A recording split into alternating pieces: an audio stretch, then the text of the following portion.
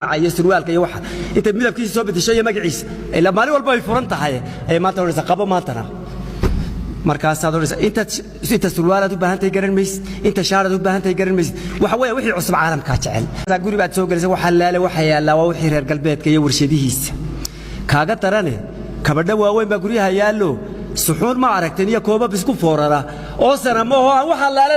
lagu falo iyo wax lagu shubtaa toona aan jirin oo la dhawaa naamurad وارمانا نامورد باهن يا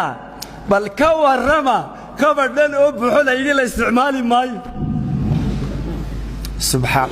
markaasaynu maanta dukaamadii galayna soo iibsanaa barita washar adarayta magac kale soo bixiso shaarka iyo diraca iyo surwaalka iyo waxa inta midabkiisa soo bedeshay magaciisa ila maalin walba ay furan tahay ay maanta oraysa qabo maantana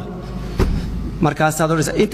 inta surwaalaad u baahantahay garan maysid inta shaarad u baahantahay garan maysid waxa weeye wixii cusub caalamka jecel maanta hadana soo qaado wixii shalay waxba kama jiraan ina yar baa kugu ooya marwadii halkan ay joogtay qofkii dumar ahayd halkan jaadkiisa sigaarkiisa kan iyo kana jira waa kan finish qof halista jirta og ayuun baa damqanaya meelaanu ku wareegaynaa iyo hadii ay ka dhigay halka ay sheekadu salka ku haysaa waa kun ka baahiyooda leeyno sameeyay ee aynan ka jawaabi karayn dabeedna karaamadeena ku iibinayno dabadeedna xayadiina ka qaatay dabeedna qiyamkii iyo usluubtii iyo ashxii wax isku falitii iyo hankii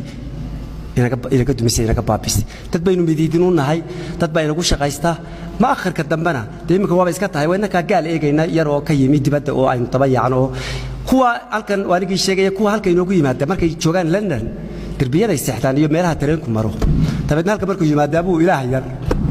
waxa la yiraahdo ordo kuwa soo badawso de isdhex taago markaas wallah de maalintaas xub laga dilaacay soo keen dhex taago ilaa waa tan Afrikada marka la hareerayaaco ee la yiraahdo saa loo eego ee diyaarad yaa la socday wara hay'ad waar sidan